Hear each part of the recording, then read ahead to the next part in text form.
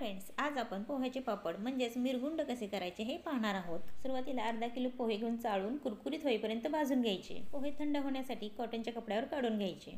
थंड झालेले पोहे मिक्सरच्या भांड्यामध्ये घालून बारीक चाळणीने चाळून घ्यायचे। या पोह्याच्या पिठामध्येच 1.5 चमचा लाल तिखट, 1.5 चमचा पापड खार, 1 चमचा जिरे पूड, 1 चमचा मीठ या प्रमाणातच सर्व पदार्थ घाला म्हणजे पापड एकदम चविष्ट होतील।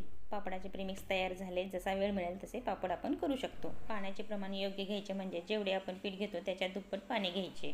आपण 1 कप पीठ घेतले त्याच कपाने 2 कप पाणी उकळायला ठेवले। पाणी उकळले की लगेच गॅस बंद करायचे आणि पीठ घालायचे। पीठ छान मिक्स झाले की अर्धा तास झाकून ठेवायचे। अर्धा तासानंतर पीठ मळून झाले की छोटे छोटे गोळे तयार करून पोळपाटावर एका प्लास्टिक पेपर ठेवून त्यामध्ये पिठाची गोळी ठेवून वरून एक प्लास्टिक पेपर ठेवायचा। एक सपाट ताटाने प्रेस करून घ्यायचे। सर्व पापड फॅन खाली सुकवून तेल गरम करून लगेच फ्राय करून घ्यायचे। मस्त असे आपले पोह्याचे पापड तयार आहेत। व्हिडिओ आवडला असेल तर व्हिडिओला लाईक करा।